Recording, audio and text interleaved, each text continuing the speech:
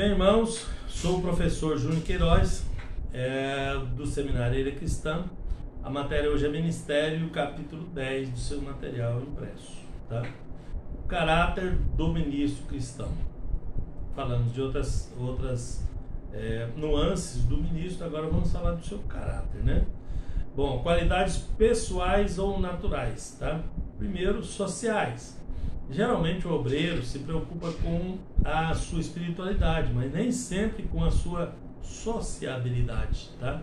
Em Marcos 16,15, Deus nos manda testemunhar a toda criatura, isso é, são seres sociais, né? Devemos estar preparados para isso. Isaías 6,8 nos diz, de quem há de ir por nós? Isso nos diz que Deus usa homens para falar a homens, tá? Conforme Atos 10, do 3 ao 5, Deus envia um homem em lugar de um anjo para anunciar a salvação a pecadores. Olha só, que coisa, né? Aí vem a formação teológica, tá? O obreiro que não lê, não estuda, não pesquisa, não participa de estudos apropriados e não se interessa pela educação e pela cultura, deixa de aprender, né? Para o tempo e para no tempo, no espaço, e passa a ser repetitivo, né? Na sua congregação, nas suas preleções, nas suas apresentações. Obreiros há que dão importância, né? Não dão importância ao melhoramento da sua cultura geral, e alguns por obscurantismo, né? Até são contrários a isso, tá? Tem gente que não gosta de preparação e ainda são contra a preparação, né? Que a igreja não precisa disso, né? Não se dando conta eles mesmos que a sua congregação e o povo em geral nota isso, né? Hoje, ainda mais na época do conhecimento, todo mundo tem acesso. Você está pregando na igreja, a pessoa está com o celularzinho ali pesquisando para ver o que está falando. Então tem que ter formação, tem que aprender, tem que estudar, né? Para ser um obreiro bem sucedido, né? Para ser um obreiro mais ou menos não adianta também, né? Para ser um obreiro bem sucedido, ele tem que ter um preparo, tem que ter um preparo espiritual, tem que ter um preparo teológico, tem que ter um preparo intelectual, tem que ler para entender da língua, entender da cultura, entender do que está acontecendo no mundo, para dar a sua opinião, para ser sociável, né? Para ser sociável, tá? Então ele tem que ter formação teológica. Outra coisa que ele tem que ter coragem, né? O ministro de Deus tem que ser corajoso. Foi essa qualidade, a coragem, que distinguiu grandes homens de Deus aí no passado, né? Paulo, Pedro, Elias, João, Moisés e outros, tá? Algumas circunstâncias que exigem coragem do ministro, né? Para apresentar o evangelho na sua pureza e inteireza ao pecador, tem que ter coragem, tá? Então apresentar o evangelho não é coisa simples, tem que ter coragem. Para defender as doutrinas cristãs, né? Dos que as deturpam, tem muitos por aí, tem poucos obreiros, tem uns que nem entendem de doutrina, né? Mas os que têm coragem, esses enfrentam isso aí, tá? Para defender a doutrina correta, a doutrina cristã, das pessoas que as falsificam, tá? Para defender o rebanho, né, do inimigo, que são perigosos, né, que são perigos que se apresentam às vezes diante do rebanho. Para evangelizar perdidos e mostrar a verdade, tem que ter coragem, tá?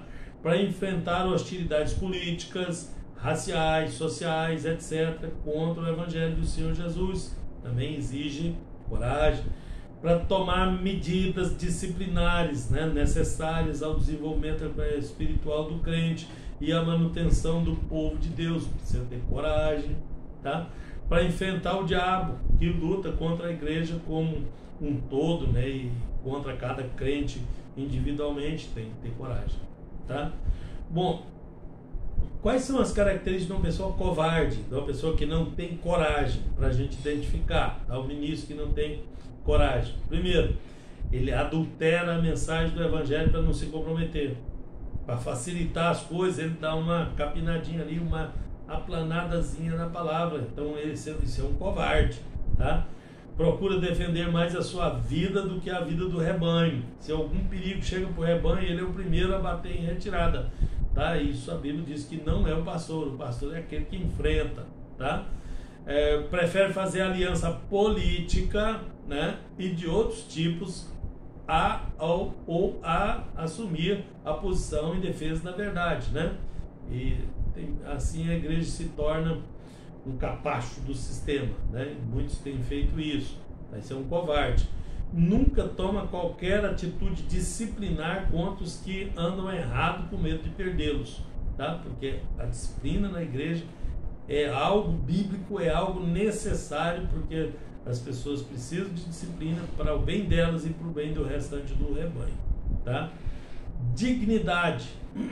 Dignidade. Não se deve confundir essa qualidade com empáfia, né? Com dureza, com descortesia, tá? Dignidade se manifesta evitando alguns comportamentos, que são comportamento infantil no relacionamento com aqueles que está ministrando espiritualmente.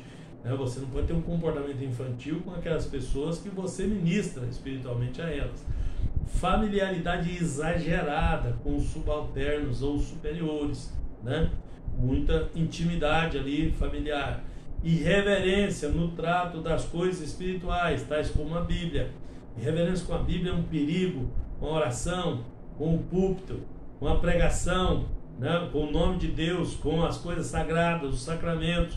Irreverência não é uma coisa, tá? Isso é falta de dignidade. Linguagem imprópria para com a missão que se exerce, né? Como colega de ministério, com membros ou pessoas mesmo de fora, ou piadas obscenas, tá? Ou coisas desse tipo. Às vezes nem é obscena, às vezes é até dentro, né? Tem pessoas que brinca com língua estranha, brinca com versículo bíblico, isso não é brincadeira não, isso é uma espada poderosa que corta dos dois lados e pode cortar aquele que tenta manusear ela erradamente. Então, dignidade, tá? Discrição, ser discreto, tá? O ministro deve ser prudente em todas as coisas e agir sempre de acordo com o decoro, tá? Com o respeito, com a educação e com os bons costumes, tá? Então isso é discrição. Deve ter o máximo de cuidado, de vigilância com o relacionamento com o sexo oposto. Isso tem servido de laço para muitos ministros. Evitar visitas sistemáticas a irmãs na ausência dos maridos, viagens a sós com irmãs, amizade com irmãs em detrimento dos demais e coisas desse tipo, tá? Então cuidado com a roupa, evitando roupa extravagante ou provocante, tá? Sempre que for pregar em cultos oficiais deve-se usar gravata e paletó quando for possível, tá? Discrição no uso de perfume, nos gestos e etc, tá? Então isso tudo aí é um conjunto de coisas que o ministro tem que ficar de olho, né? Porque é função dele, é função ministerial dele fazer a obra de Deus, então ele precisa ficar de olho nesses detalhes. Outra coisa é a autodisciplina, a pessoa mesmo se disciplinar, tá? O obreiro que não tiver domínio próprio, né? Autodisciplina é domínio próprio, tá? Jamais será um bom obreiro. Autodisciplina é autocontrole, tá? É equilíbrio, autoequilíbrio, né? É sobriedade, é temperança. A Bíblia chama esse autocontrole de temperança, serenidade, tá? Então abrange o próprio eu, tá? O obreiro consciente de suas habilidades sabe que a melhor forma de alcançar confiança e prestígio no ministério é manter a ausência do eu e se colocar como instrumento de Deus. Somos apenas interlocutores do Senhor. Somos apenas funcionários, somos apenas um tijolinho, né? Então cuidado com o eu, com o egoísmo, tá? A disciplina na devoção pessoal diária, tá? É imprescindível uma vida devocional ativa, especialmente que serve ao Senhor. Antes de transmitir algo à igreja, temos que ministrar a nós, né? O que Deus nos dá para repartir com os outros, tá? Então tem que servir para mim, servir para os outros. Então eu tenho que ter uma vida devocional para isso. A distribuição do uso do tempo disponível, né? O ministro sábio não só tem habilidades para distribuir o seu tempo às inúmeras atividades, como também dedicar a cada assunto um tempo adequado e de proveito, tá? O obreiro jamais será compreendido e amado se fizer relaxadamente a sua obra de maneira precipitada ou mostrar que tem outro compromisso esperando e coisas desse tipo, tá? Então, administrar o tempo disponível é uma arte e muitos não têm conseguido e têm ficado nesse pormenor aí. Aí a pessoa, não, eu não tenho tempo. Ninguém tem tempo. O tempo é a gente que constrói, ele tá aí o tempo, você só administra. A gente perde muito tempo, então usa o tempo perdido e administra ele em favor. Seria uma boa solução aí, tá? Relacionamento com a sociedade. Diferenças ideológicas, né, não devem influenciar o relacionamento dos ministros, né, que pretendem administrar bem a igreja do Senhor. Então, ideologia política, né? O obreiro não pode escolher lado, não, eu sou desse partido ou daquele partido. Por quê? Porque isso vai prejudicar o serviço dele quando for ministrar para pessoas de outro partido, ou às vezes vai tentar convencer a pessoa do outro partido a ser do partido dele e a obra de Deus vai ficar no meio aí sem, tá, infrutífera. Os líderes da igreja devem cativar a amizade, a confiança das pessoas da comunidade local, e são através desses comportamentos que nascem a oportunidade de pregar o evangelho e facilitar o controle às pessoas para as pessoas conhecerem a igreja. Então, o relacionamento com a sociedade é de suma importância para o bom desempenho do ministério pastoral, do ministro. Não só o ministério pastoral, os outros ministérios também, tá? Funcionam da mesma forma. Assiduidade e pontualidade é outro ponto importante que muitos têm caído nele. Assiduidade é não faltar aos compromissos, é ser assíduo, tá? Aos horários, às reuniões, aos tratos, né? Sabemos que o líder da igreja precisa ser o exemplo dos seus liderados, e se ele não cumprir as suas agendas, né, os seus compromissos, né, como membro ou com toda a igreja, vai permitir ser imitado pelas pessoas que ele comanda, tá? Então, ele tem que ser cumpridor dos seus compromissos, né? Não só por isso, mas por uma série de motivos a pessoa tem que ser cumpridor dos seus compromissos, porque ele vai demonstrar confiança. A pessoa só confia em pessoas que cumprem o que fala, que tem assiduidade, tá? Pessoas que não cumprem o que fala, ninguém dá crédito a ele, né?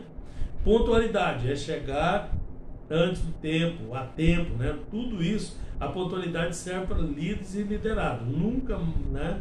Nunca e jamais pode se tornar uma rotina para um pastor, para um obreiro, chegar atrasado às reuniões, às atividades, tá? Com o tempo, os membros também se tornam relapsos, né, aos horários de chegada na reunião da igreja, porque eles olham para o seu espelho, que é o ministro, né, que é o pastor, tá? Item 8, polidez, tá? Refere-se a boas maneiras, o bom trato com as pessoas, tá? A gente muda isso de acordo com a necessidade, a gente treina isso, né? Então, cuidado com o trato, né? Quando encorajamos os irmãos a praticar o princípio de repreensão, de correção, corremos o risco de sair de um extremo e ir para o outro, né? Embora não é qualquer um que dentro da igreja pode chegar e repreender alguém, é necessário ter certa maturidade para isso, né? A forma de fazê-lo, a polidez com que se faz, a forma que se aborda os assuntos vai fazer toda a diferença. Alguns critérios bíblicos para tal, entre eles Paulo destaca alguns importantes. Bondade e conhecimento. Eu, da minha parte, irmãos meus, estou persuadido a vosso respeito que vós estáis cheios de bondade, cheios de todo conhecimento e capazes vós mesmos de admoestar uns aos outros. Então, você, para ser capaz de admoestar, de repreender uns aos outros, tem que ter bondade e conhecimento, tá? Porque senão não consegue fazê-lo. Então, essa polidez, essa forma de fazer, o conhecimento adequado para fazer, né, vai fazer a diferença na hora de exercer isso aí, tá? Cuidado ao chamar a atenção de uma criança, por exemplo, filho ou não de crente, né, de outras pessoas, não a própria, tá? Jesus ficou indignado com os seus discípulos quando eles passaram a repreender aqueles que traziam as crianças. Não se esqueça de que as crianças não possuem o mesmo conhecimento ou capacidade de raciocínio, né, ou experiência de um adulto. Elas têm uma classe especial que precisa ser trabalhada como tal. À medida que se ensina, procure imaginar o quadro que a criança forma em sua mente, né, de acordo com a informação que ela recebe. Tá? A criança recebe a informação diferente do adulto, né? Ela não tem aquela forma de absorção que o adulto tem. Tá? Então tem que ter cuidado com isso. Devemos ser facilitadores para as crianças, né, para que elas cheguem aos pés do Salvador. Tem crianças que foram tão maltratadas nas igrejas que não querem mais voltar na igreja quando ficam adultos. Tá? Então, porque as pessoas que faziam isso até com boa vontade, mas de forma errada, né? Resta lembrar que ao repreender uma criança, filho de crente ou não, deve ser levado em conta o amor, porque o amor é que vai balizar todas as coisas, que vai diferenciar todas as coisas. Muitos visitantes não crentes e até mesmo membros de igreja tiveram seus filhos repreendidos, deixaram de levá-los e até mesmo mudaram para outra igreja, né, por se sentir constrangido de ver os seus filhos agredidos ou disciplinados pelos porteiros da igreja, pelas pessoas da igreja. E até eles mesmos, depois que crescem, não querem mais ir para a igreja porque foi repreendido, às vezes de uma forma errada ali, tá? Uma coisa outra importante também no ministro é saber dizer não, tá? O caminho mais curto para dar tudo errado é falar sim para todo mundo. É melhor um não sincero do que um sim falso, tá? A grande dificuldade, porém, está em se posicionar. O ser humano tem a tendência de querer agradar a todos, né? Ficar em cima do muro, né? Ficar de bem com todo mundo e muitas vezes deixando de fazer o melhor. Então, escolher uma posição, um lado, às vezes é essencial, tá? A real e crua verdade é que se não soubermos dizer não na hora certa, é muito provável que não vamos ter uma segunda chance de dizer esse não aí, tá? Se ele não for dito na hora certa.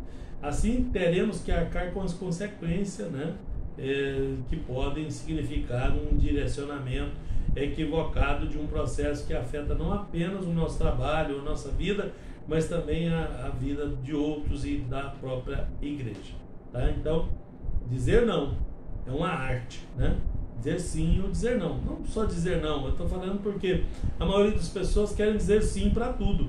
E às vezes não é sim para tudo, né? Aí diz sim, depois não dá certo, aí não tem jeito, vai dizer não e por aí vai, né? E uma coisa puxa outra coisa. Ok? Bom, saber dar ordens, né? Não esqueça de duas palavras-chave, né, da boa convivência social. Obrigado, por favor. Obrigado, por favor, tá? Isso é chave, especialmente na igreja, né? O pastor, o ministro, né, conta com voluntários que se colocam à disposição de servir ao líder nas suas diversas tarefas. Eles são voluntários, por favor, né? É uma forma de indelicadeza da ordem de forma deselegante, né, para com pessoas que são voluntários, sem remuneração, prestam serviço como auxiliares do pastor, tá? Não se pode confundir a forma de sugerir ou solicitar qualquer serviço para com um voluntário que colabora, né, meses e anos na igreja. Cuidado com esse trato aí e com a polidez nesse trato, tá? Ao tratar um colega de ministério, faça isso com respeito, com amor, né? O apóstolo Paulo deu um conselho aos filipenses: nada façais por contenda ou por vanglória, antes com humildade, cada um considere os outros superiores a si mesmo. Filipenses 2:3, tá? Não é necessário criar uma hierarquia na igreja, ela nem existe. Essa hierarquia que se usa nas igrejas aí não é um princípio de Deus, é um princípio dos homens. E a igreja não tinha isso no passado, ela criou isso na época do Império Romano, no tempo de Constantino. Aí criou lá que um diácono, depois veio um presbítero, depois veio um evangelista, depois veio essa hierarquia, não é? Ela, biblicamente é tudo no mesmo nível, um para isso, um para aquilo, um para aquilo, um para aquilo outro. Não é um superior ao outro, tá? O Senhor sabia que isso ia acontecer, então ele orou para os apóstolos e disse: entre vós não será assim, não será dessa forma. Aquele que quiser o maior, seja servo de todos. Mesmo assim, as pessoas ainda estabelecem isso, né? O O Senhor Jesus deu um mandamento aos discípulos, né? Em João 13, 34 e 35, um mandamento novo vos dou, né? Que vos ameis uns aos outros como eu vos tenho amado, que também vos ameis uns aos outros. Nisso conhecerão todos que sois meus discípulos, se tiver amor uns pelos outros. Esse é o mandamento da lei que foi mudado, tá? Mudado nesse versículo aqui, tá?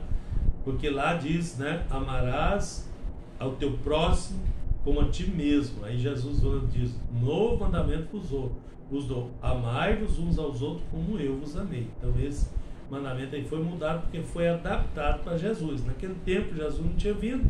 Amar o próximo como a ti mesmo, o maior amor que ele podia ter era por ele mesmo, né? Depois aí Jesus vem e fala: não, vou mostrar como é que é o negócio do amor. Não é aquele lá não, aquele lá era provisório, é aqui, ó, né? Então ele mudou, é o único mandamento da lei que Jesus trocou, melhorou, né? Deu uma levantada nele aí. Os ministros devem ser os primeiros a darem esse exemplo nesse particular aí, amando, tá? Amor. O outro item é o asseio, coisa difícil, né? Porte pessoal, né? Por não ser uma qualidade espiritual e às vezes negligenciados por alguns, tá? O ministro deve evitar excesso, né? Porém deve manter sempre limpo, né? A roupa limpa, o corpo limpo, né? Cuidar dos pés, cuidar das axilas, cuidar da boca, do cheiro, da limpeza e etc, né? Conservar objetos pessoais sempre limpos, né?